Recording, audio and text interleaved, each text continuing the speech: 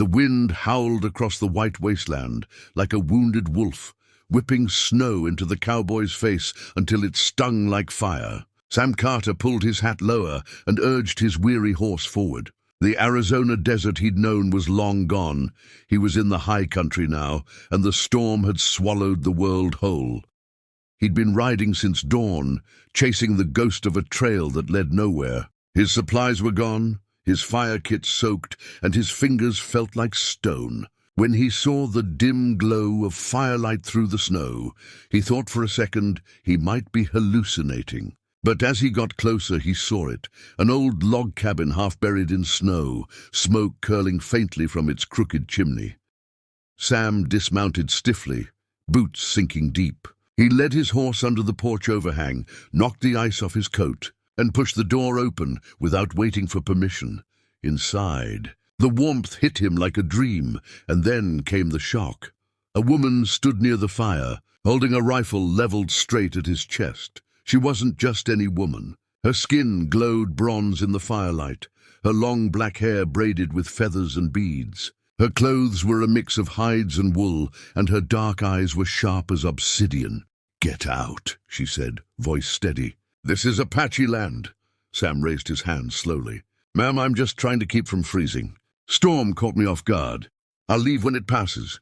Her rifle didn't move. "White men always say that. Then they stay." He looked around. The cabin was small, just a cot, a pot on the fire, and animal skins drying by the wall. He could see she lived alone. There was strength in her, but also caution. "I mean no harm," he said. "Name's Sam Carter. Cowboy, not soldier. I'm not here to take anything from you." For a moment, the only sound was the wind shrieking against the shutters. Then slowly, she lowered the rifle. "Stay by the fire," she said at last. "But touch nothing." Sam nodded and knelt beside the hearth, stretching his hands toward the flames. His horse shifted outside, nickering softly. The woman watched him for a while, then turned back to her pot. The smell of rabbit stew filled the room, thick and rich. His stomach growled loud enough to make her glance back with faint amusement. "You have long ride?" she asked finally. "Since yesterday," he admitted. "Haven't eaten since morning." She ladled stew into a wooden bowl and handed it to him without a word. He accepted it gratefully. "Thank you, ma'am." "My name not ma'am," she said. "It's Naya." "Naya," he repeated, nodding. "You're a lifesaver." She said nothing, but a flicker of something, maybe curiosity, crossed her face. Hours passed. The fire popped, snow piled against the window, and the wind never stopped. By nightfall, the storm had turned into a roaring white wall outside. Sam glanced toward the door and shook his head. "Looks like we're snowed in." Naya threw another log on the fire. "You can sleep by the hearth." "But you touch nothing that is mine." He smiled faintly. "I'll behave, I promise." She lay down on the cot, pulling a heavy fur blanket over herself. Sam stretched out on the floor near the fire, wrapping his coat around him. The warmth soothed his body, but the cold still crept in. The cabin had gaps in the walls, and every gust sent freezing air across the floor. Sam shivered, teeth chattering. After an hour, Naya stirred. "You still awake?" "Hard to sleep when your bones are freezing," he muttered. She hesitated for a long moment. Then she spoke, voice low but firm. "You will die if you stay on that floor." He half laughed. "I'll be fine." "No," she said, sitting up. Her dark eyes glimmered in the firelight. "You share my bed or you freeze?" Sam blinked. "Beg your pardon." She lifted the edge of her blanket, motioning slightly. "There is room for two, but only if you keep your hands to yourself." The cowboy hesitated. Every muscle in him wanted to agree instantly, but he could see the warning in her eyes. She wasn't offering comfort, she was offering survival. "All right," he said quietly. "Just until morning." He climbed onto the cot, keeping as much distance as he could. The blanket was heavy and warm, smelling faintly of smoke and pine. Their bodies lay inches apart, and still he could feel her heat. For a while, neither of them spoke. The storm howled, the fire crackled, and the world outside seemed to vanish. Then Naya's voice broke the silence. "You are not like other cowboys." "How's that?" "You ask before touching." You look before shooting, he smiled faintly. And you? You always threaten men before saving them. Her lips twitched almost a smile. Only when they break into my cabin. They lay there, the space between them filled with warmth and something neither of them could name. Outside, the wind began to die down, but the snow still fell thick and slow. Sam could feel sleep creeping in, but he fought it, afraid that if he closed his eyes, the moment would vanish. He turned his head slightly. You live here alone? Yes, she said simply. After soldiers burned my village. I stayed. He was quiet for a long time. I'm sorry. Naya didn't answer. Eventually, the fire burned low, and her breathing grew slow and steady beside him. Sam stared at the ceiling beams, listening to the storm fade into silence. For the first time in a long while, he felt something other than loneliness. Morning light slipped through the cracks in the shutter, pale and cold. When Sam opened his eyes, Naya was already up, stirring the fire back to life. You lived, she said without looking at him. Thanks to you, he said, sitting up, brushing frost from his hat. She turned, expression unreadable. You leave when storm ends. The mountain keeps no guests. He nodded. Fair enough. But as he looked at her, the calm strength in her movements, the firelight dancing across her face, he knew that something inside him had already changed. He hadn't just found shelter in a storm.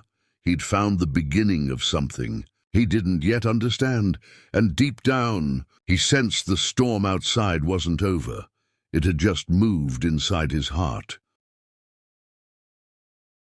When the sun finally rose over the frozen peaks, the storm had left behind a world buried under white silence. Sam Carter stepped outside the cabin, boots crunching through the snow. His horse was half-covered, shivering but alive. He brushed the frost from its mane and looked toward the valley.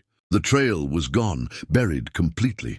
Inside, Naya was tending the fire, her hair falling loose around her shoulders. She glanced at him when he entered, then back at the flames. You can't leave today, she said. Snow too deep, Sam nodded. Then I guess I'll try to be useful. He spent the morning chopping firewood while Naya mended torn hides. When he carried in the logs, she didn't thank him, but she gave him a second bowl of stew. That was thanks enough. By midday, the clouds broke apart and sunlight spilled through the window. Steam rose from the snow outside. Sam leaned against the wall, watching her work. You ever think about leaving this place? He asked. Naya didn't look up. Leave and go where? My people gone. My land taken. What's left for me out there? He nodded slowly. Guess you got a point.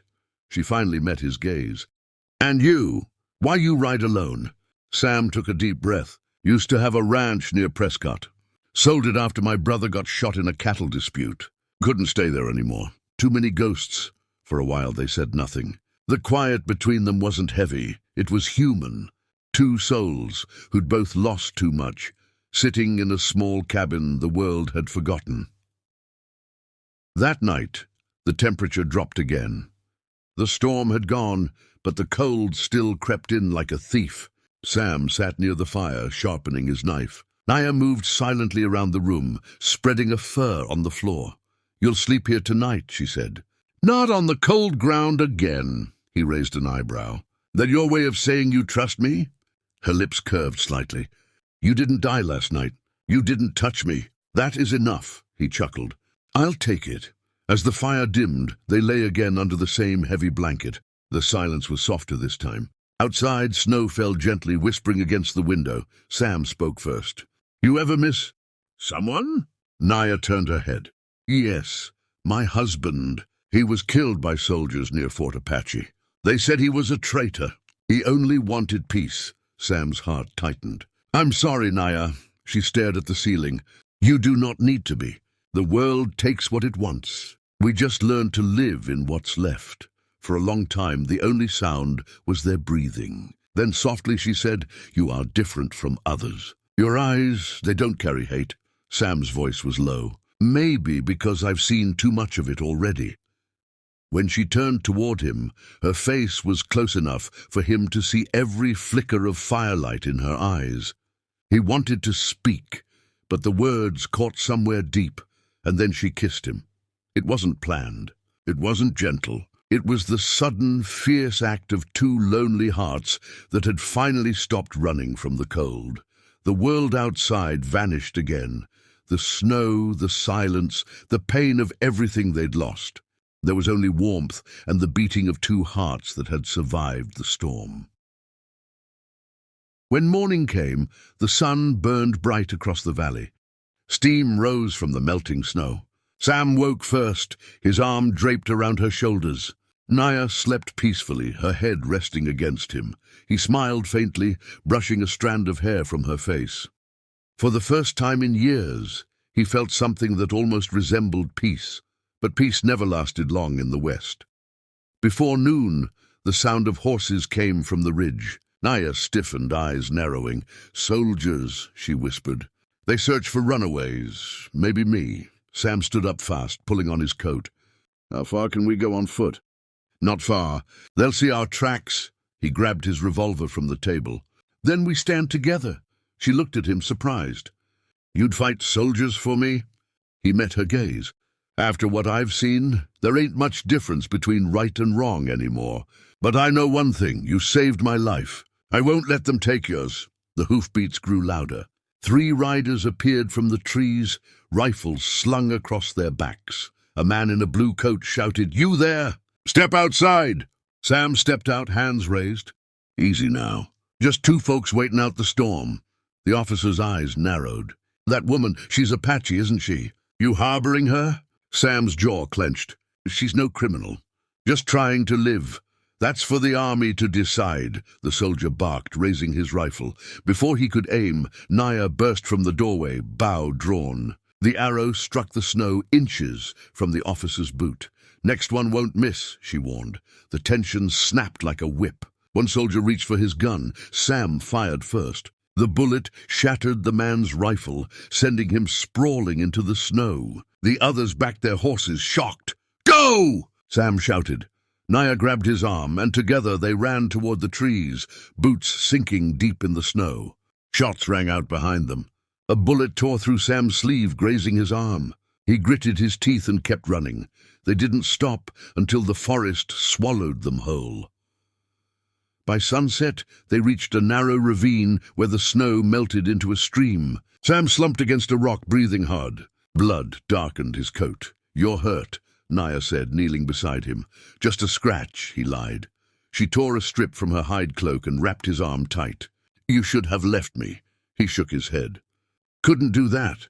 "Why?" she asked quietly. He looked at her, snowflakes melting on his lashes. "Because somewhere between the fire and the storm, I stopped seeing you as Apache. I just saw you." Her eyes softened. "You are foolish, Sam Carter." "Maybe," he said, smiling weakly.